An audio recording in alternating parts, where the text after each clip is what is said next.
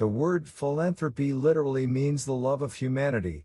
However, it's mostly associated with individuals who show their love for their fellow man in a specific way, namely through sharing their wealth. More specifically, the term is usually reserved for extremely wealthy individuals who use their good fortune to help others. History is full of such people. Some choose to share their fortune due to their religious convictions.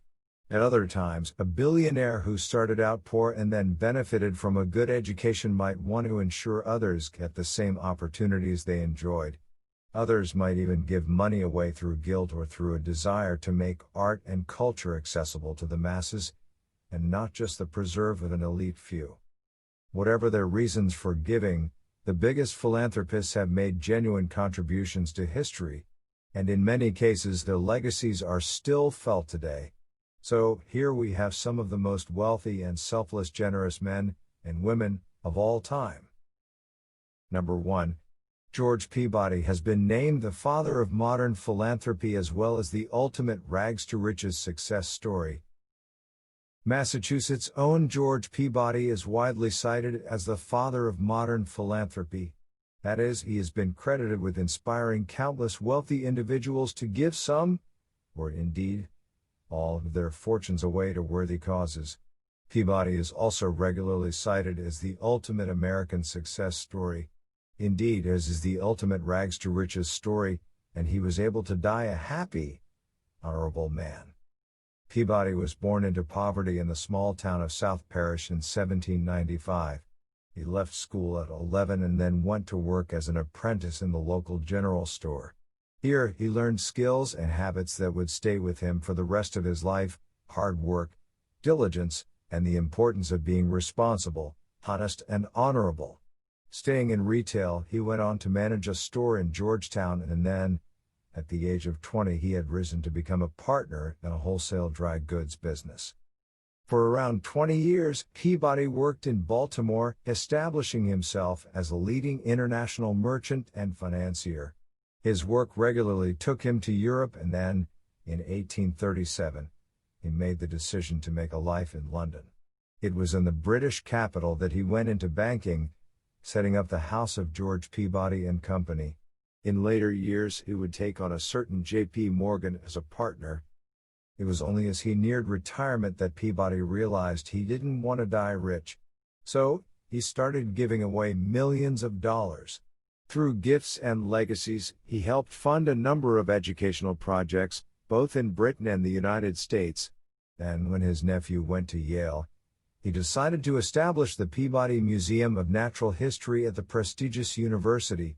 This was soon followed by the Peabody Museum of Archaeology and Ethnology at Harvard. When Peabody died in November of 1869, he was granted the honor of being interred in Westminster Abbey for a short while, a rite usually reserved for kings and queens. His body was finally brought back to his hometown, which had been renamed Peabody in honor of its most famous and most generous son. Number 2. William Wilberforce was born rich and devoted his life to abolishing the slave trade and to philanthropy. The English politician William Wilberforce is best remembered as one of the leading voices in the campaign to end Britain's involvement in the international slave trade. And rightly so. Throughout the late 18th and early 19th centuries, he campaigned tirelessly for the abolition of slavery, with his efforts in Parliament leading to the passage of the Slave Trade Act of 1807. In part, his work was inspired by his deep Christian faith. And it was this faith that led him to become one of Britain's great philanthropists too. Wilberforce was born in the city of Hull in 1759. His parents were wealthy, so their son didn't have to worry about getting a job. Instead, he idled through Cambridge University and then dedicated his time to politics. He began as the Member of Parliament for his home city of Hull and then, in 1784, was promoted to a more influential seat, representing the county of Yorkshire. 3 years later, he met the anti-slavery activist Thomas Clarkson. At last, he had found a cause to be passionate about, and he took the campaign into the heart of British politics. At the same time, Wilberforce also became a born-again Christian. From the 1780s onwards, he started giving away large portions of his wealth. He funded missionary work in India and Africa, established the Church Mission Society and also the Society for the Prevention of Cruelty to Animals, both charities that are still going strong. He even helped finance the establishment of a free colony in Sierra Leone for freed slaves to live in. Wilberforce died in July 1833, just 3 days after Parliament passed the anti-slavery bill. In recognition of his life's work, not least his generosity, he was buried in Westminster Abbey. To this day, he is fondly remembered in Britain and around the world as a pioneering social reformer and great philanthropist. Number 3. Andrew Carnegie wrote his own gospel on how billionaires such as himself have a responsibility to give their wealth away. Scottish-American industrialist Andrew Carnegie made a huge fortune and gave around 85% of it all away before he died. Understandably, he regularly tops lists of the greatest philanthropists of all time, and institutions bearing his name can be found around the world. What's more, The Gospel of Wealth, his 1899 essay on how the rich should use their good fortune to benefit others, remains an influential and controversial today as it was more than 100 years ago. Carnegie was born in Scotland in 1835 but emigrated to America with his parents as a teen. As a young man, he worked as a telegrapher. He invested his wages wisely and, by the time he was in his mid-20s, had significant interests in the railroad and oil businesses. Carnegie also specialized in selling bonds, but it was in steel where he was to make his money. Using all his savings, he established the Carnegie Steel Company in Pittsburgh in 1892. Thanks to the construction boom, the firm did very well indeed, and in 1901, he sold it to J.P. Morgan for $480 million. Thanks to the money he made from the sale, Carnegie became America's richest man. But he saw his wealth as a means to an end. As he argued in his gospel, he believed private fortune should be used to improve society, and he put his money where his mouth was. From 1901 until his death in 1919, he dedicated his life to large-scale philanthropy. He not only built Carnegie Hall in New York City, he also established Carnegie Mellon University, the Carnegie Institution for Science and the Carnegie Museums of Pittsburgh. He didn't forget the country of his birth either, plus he paid for some 3,000 community libraries to be opened right across the world. By the time of his death, Carnegie had given away around $350 million, equivalent to $77 billion at today's rate, making him one of the most generous men who ever lived.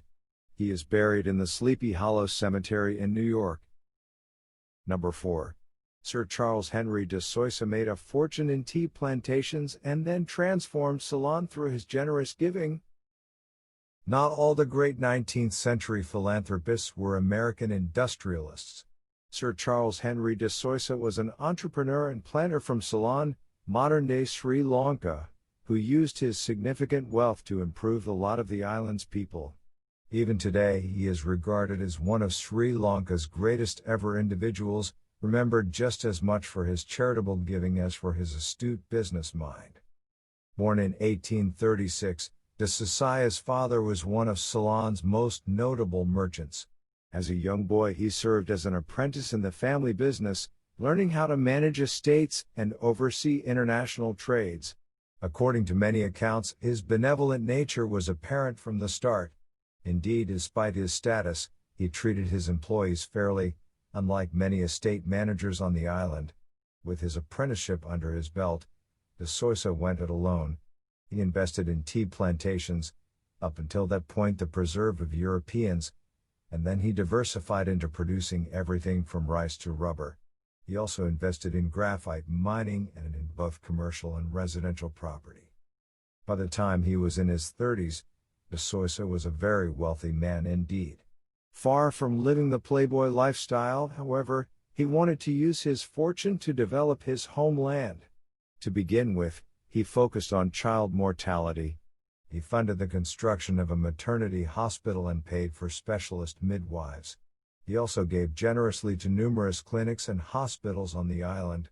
At the same time, the Sousa also set up free schools for the island's children. Indeed, he was credited with looking after Ceylon's people from the womb to the tomb. De Sousa died in 1890 at the age of just 54.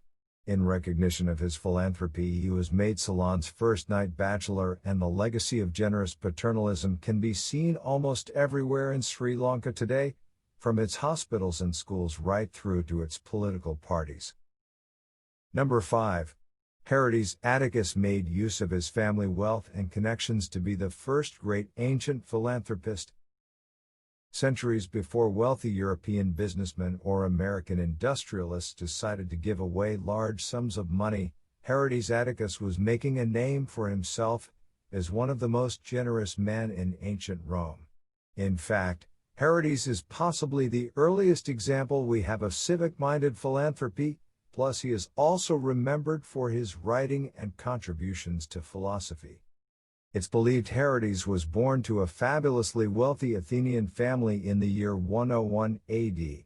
Since his father was a senator, he enjoyed excellent connections and, as a young man, he benefited from the best possible education. He also made friends with the future Emperor Hadrian. When Hadrian did indeed come to power, Herodes was sent to Asia to tackle corruption in several major cities. Upon returning to Athens, he worked as a teacher and then, in the year 140, the Emperor Antonius Pius invited him to Rome to work as the private tutor of his sons. After a short spell serving as consul, he returned to his native Greece to settle down and enjoy family life. Determined that ordinary people could enjoy the same cultural and spiritual life as he himself did, Herodes became a notable philanthropist. He used his private wealth to fund a number of building projects.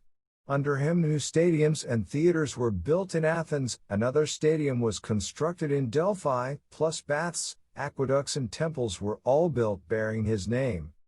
When Herodes died, the people of Athens mourned him greatly. Many of his philanthropic projects had created large numbers of jobs, plus the completed works brought great joy to the city. He was given an honorable burial and his funeral took place in a stadium that he himself had commissioned. Sadly, almost all of his writing has been lost, though his reputation as one of the great philanthropists of the ancient world endures to this day. Number 6. Howard Hughes made a fortune through the movies and aviation but left a legacy in medicine and healthcare. These days, Howard Hughes is often best remembered for his eccentric behavior, and above all for the OCD that dominated his later years. However, thanks to the work of the Howard Hughes Medical Institute in particular, his generosity also endures. In his day, Hughes was one of the richest men on the planet. He was also one of the most generous, too, giving away vast sums of money through a range of philanthropic initiatives. After making a name for himself as a producer in 1920s Hollywood, Hughes moved into aviation. Throughout the 1930s and 40s, he spent vast amounts of cash on setting a series of world airspeed records. And he was a huge success, too. Even today, Hughes is regarded as a key aviation pioneer and adventurer. But he wasn't simply reckless, he also looked to the future, which is why he established his medical institute in 1953. In fact, he'd been planning on earning a fortune and then giving it away for some time. When he was 19, he wrote a will and testament declaring that a medical institute be established bearing his name. Years later, he decided to establish such a center in his own lifetime, a decision partly influenced by the fact that the IRS was pursuing him for a significant sum of money. The new institute was gifted all the stock its founder held in the Hughes Aircraft Company, effectively making the aerospace firm a non-profit entity. When Hughes died in 1976, he passed without leaving a will. As a result, his fortune was divided up among his relatives rather than going to the medical institute. However, the center's board sold its shares in Hughes Aircraft to General Motors in 1985 for a massive $5.2 billion. Today, the Howard Hughes Medical Institute has an endowment of more than $15 billion, making it one of the largest private organizations devoted to medical research in the world. Number 7. Henrietta Agustina Rylands married well and spent 20 years putting her inherited fortune to good use in Manchester. Henrietta Agustina Rylands might have been born in Cuba in 1843, but she will be forever remembered in Manchester, England. She moved to the city at the start of the 1860s, joining relatives there. Soon after her arrival, she became friends with Martha, the wife of notable local merchant John Rylands. Tragically, Martha died in 1875, leaving John a widower. United in mourning, Henrietta and John became close and, 8 months later, they married. On their wedding day, Henrietta was in her early 30s, while her new husband was 74. For the next decade, she would nurse John as his health deteriorated. Finally, he died in 1888. As his widow, Henrietta inherited his vast fortune. She dedicated the rest of her life to spending it wisely and in a way that would honor her late husband's legacy. Most notably, she paid for the construction of the John Rylands Library in central Manchester, still regarded as one of the finest in the world. Once the ornate library had been built, Henrietta spent years looking for collections to fill its shelves. She spent huge sums of money on important works, determined that the people of Manchester could themselves read such books for free. At the same time, her philanthropy also extended to funding local medical institutions and missionary activities. For her work, she was granted the Freedom of the City of Manchester, the first woman to be awarded the honor.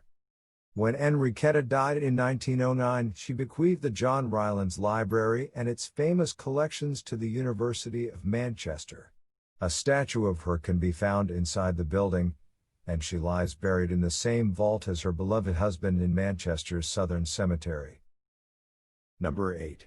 John Hopkins was the ultimate self-made American man who became one of the country's great philanthropists, giving us universities, hospitals and more. The name John Hopkins is known right around the world, but the Maryland native is hardly remembered for his business acumen, nor his entrepreneurial spirit. Rather, he is remembered for his philanthropy.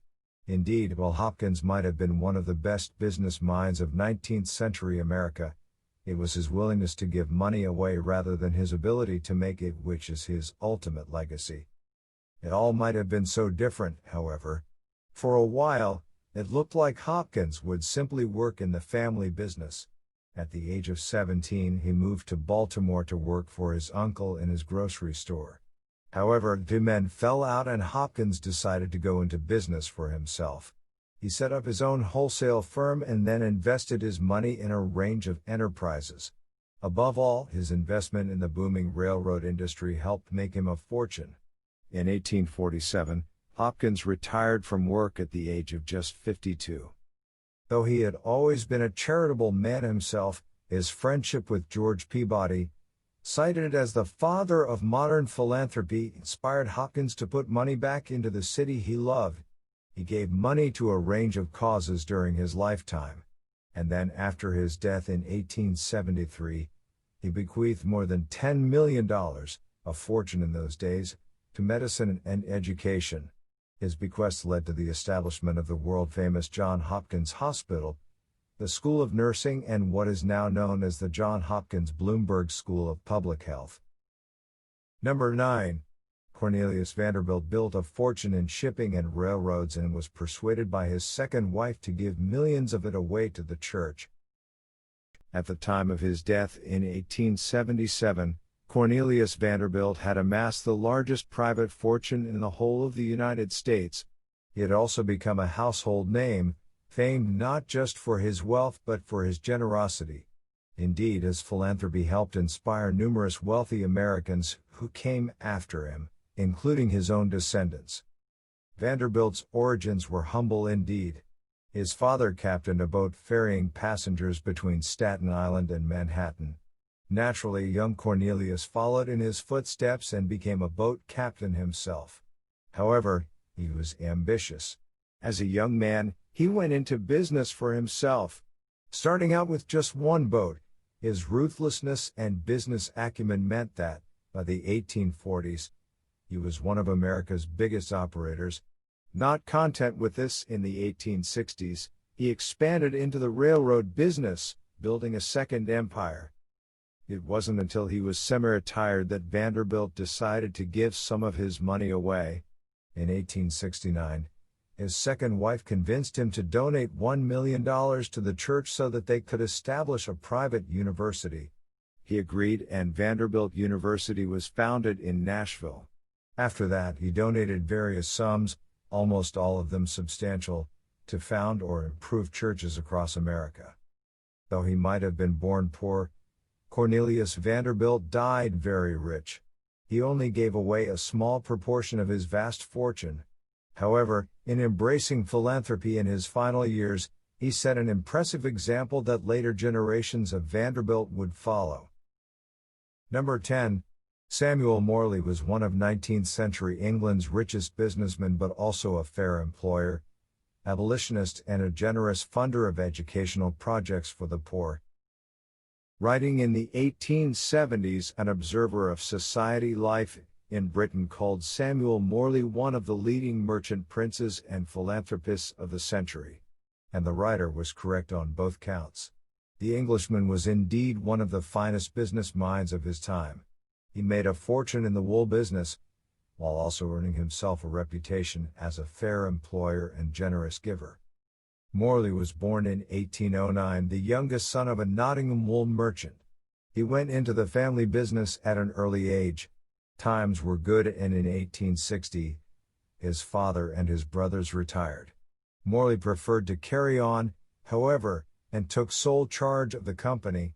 Under his guidance, the business grew rapidly, and he became very rich. Perhaps unusually for that time, his wealth was not built on the back of others' misery.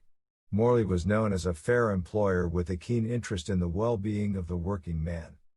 It was this interest in social justice that led Morley to philanthropy. He used his private fortune to establish schools and colleges in London, Bristol, and Nottingham.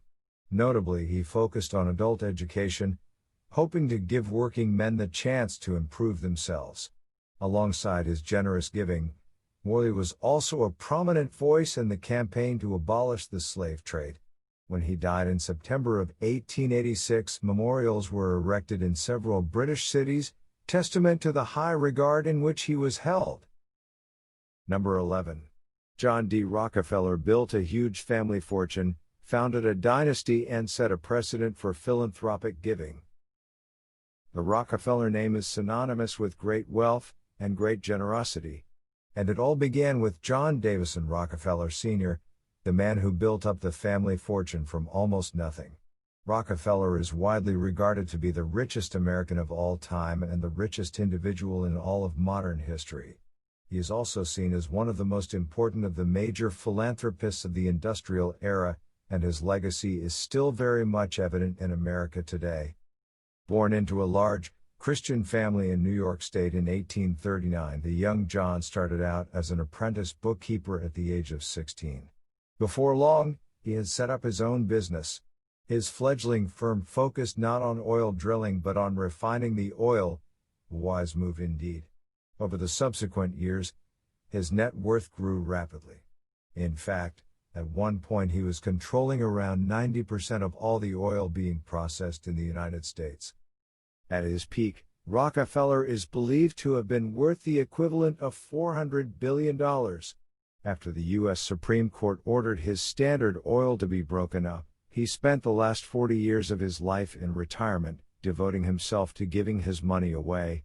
Along with Andrew Carnegie, he pioneered the idea of targeted philanthropy. Like his peer, he also believed that he should use his wealth to help people better themselves. As such, much of his fortune was spent on education. He founded not only Rockefeller University but also the University of Chicago. Rockefeller died in 1937 at the grand old age of 97. He willed that his considerable wealth be distributed among a number of foundations and trusts. This ensured that his family could continue to be engaged in philanthropic projects right across the world. Number 12. Warren Buffett has made billions through wise investments and intends to give 99% of it away before he dies. The sage of Omaha, Warren Buffett, has built up a massive personal fortune through savvy investments. A career that has spanned almost 70 years has helped him become the third wealthiest man in the whole world with a net worth of around $85 billion. However, as well as his market acumen, Buffett is also known for his personal frugality and generosity. Indeed, he has pledged to give away 99% of his personal fortune, a gesture that makes him one of the greatest philanthropists of all time. Born in Omaha in 1930, Buffett developed an interest in the markets and investing at an early age. After graduating from the University of Nebraska at the age of 19, he attended Columbia Business School. It was here that he honed his investment philosophy. In particular, he embraced the concept of value investing, and this has served as the foundation of his work ever since. Since 1970, Buffett has served as the chairman and largest shareholder of Berkshire Hathaway, named after a textile company he bought out early in his business career, and over the decades, the holding company has invested widely and wisely. For many years, Buffett has stated his intention to give most of his money away. In 2006, he announced he would give 84% of his fortune to the Bill and Melinda Gates Foundation, to be used for philanthropic causes. Along with other billionaires, he also signed the Gates-Buffett Giving Pledge, plus he hosts regular fundraising events in which he shares his time and wisdom in exchange for charitable donations. Notably, Buffett isn't the only major philanthropist in his family. All of his 3 children, as well as his sister, have set up charitable foundations of their own, helping schools, hospitals, and numerous community projects both in Nebraska as well as across the United States and the wider world. Number 13. William Henry Vanderbilt managed to both double the family fortune and yet give away millions to charitable foundations in less than a decade. As the eldest son of Cornelius Vanderbilt, William Henry Vanderbilt inherited around $100 million when the business tycoon died in 1877. When he himself died just 9 years later, the size of this legacy had almost doubled. But William was not just an astute businessman and savvy investor. He was also an enthusiastic philanthropist too, following his father's example and giving extensively to a number of causes. William was born in New Hampshire in 1821. From an early age, his domineering father oversaw his schooling and business education. Despite the family wealth, he started out as a clerk in a New York banking house, though by the 1860s, he was president of the New York Central and Hudson River Railroad.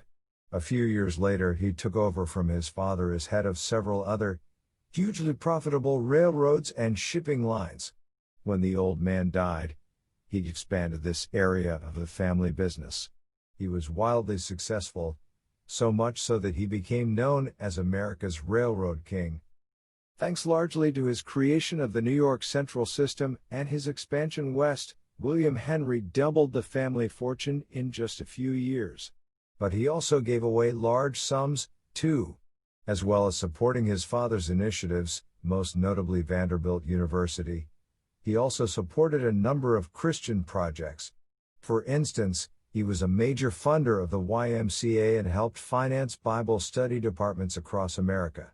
At the same time, as a keen fan of the arts, William Henry used his personal fortune to establish the Metropolitan Opera in New York City, still regarded as one of the world's finest. Number 14. Sir Run Shaw was one of the richest men in the global movie business, but is now best remembered in his native Hong Kong for the schools and hospitals he built. At some point in the mid-1920s, Run Shaw was given a rundown cinema in order to repay a debt. His younger brothers soon followed him into the business, though of the family, it was to be the youngest brother Run who would go on to make a global name for himself. For several decades he was one of the most powerful men in the global movie industry. Naturally, he made a fortune, much of which he gave away. Sir Run Shaw was born to an entrepreneurial family in eastern China in 1907. As a young boy, he started out helping his brother with his fledgling movie theater business. At 19, however, he ventured out on his own. He traveled to Singapore and set up the Shaw Organization. He started out with one cinema. By the time the Japanese invaded less than a decade later, Run had an empire of more than 130 venues. After the war, he moved again. This time to Hong Kong. Here he became a major producer and distributor. Millions watched his movies, and some were even exported to Western audiences. He added to his fortune by investing wisely in commercial TV before it became big, though he wisely chose to stay out of politics. Instead, he preferred to engage in philanthropy, and over the years he gave away tens, perhaps even hundreds, of millions of dollars. In Hong Kong, an estimated 5,000 buildings have Run's name on them. He established schools, clinics, and hospitals. He also set up the Run Institute of Chinese Affairs at Oxford University and, in 2008, he gave millions in aid to help survivors of a major earthquake in the Sichuan province of China. He died in his beloved Hong Kong in 2014 at the age of 106. Number 15. Joseph Rowntree made a fortune manufacturing chocolate but was so uncomfortable with his wealth that he established charitable trusts in order to give it away. Across northern and middle England in the 19th century, a number of Quaker businessmen enjoyed significant success. Their religious convictions meant that they were, almost without exception, model employers, concerned for the spiritual and physical well-being of their employers. Many of them were also uncomfortable with the wealth they started amassing. As such, they set up workers' homes and other charitable foundations. Joseph Rowntree was the most notable of these men, and the legacy of his philanthropy can still be seen today. Born in 1836, Rowntree's father owned a grocery business in the city of York. As a young man, Joseph spent some time in London before moving back home. For a while he worked in the family business. However, in 1869, he sold his share of the firm to his older brother and joined his younger brother in a new venture, a cocoa and chocolate business. By 1890, Rowntree needed a new, larger factory, and by 1902, he was employing more than 2,000 people and was a very rich man indeed. Frugal by nature, Rowntree saw no need for his fortune. As a result, he set up 3 separate philanthropic trusts. These provided adult education, housing, and spiritual counseling for people in York. Rowntree himself remained active in this philanthropy work until within 5 days of his death in 1925 at the age of 88. The Joseph Rowntree Foundation continues to work to inspire social change through research, policy, and practice.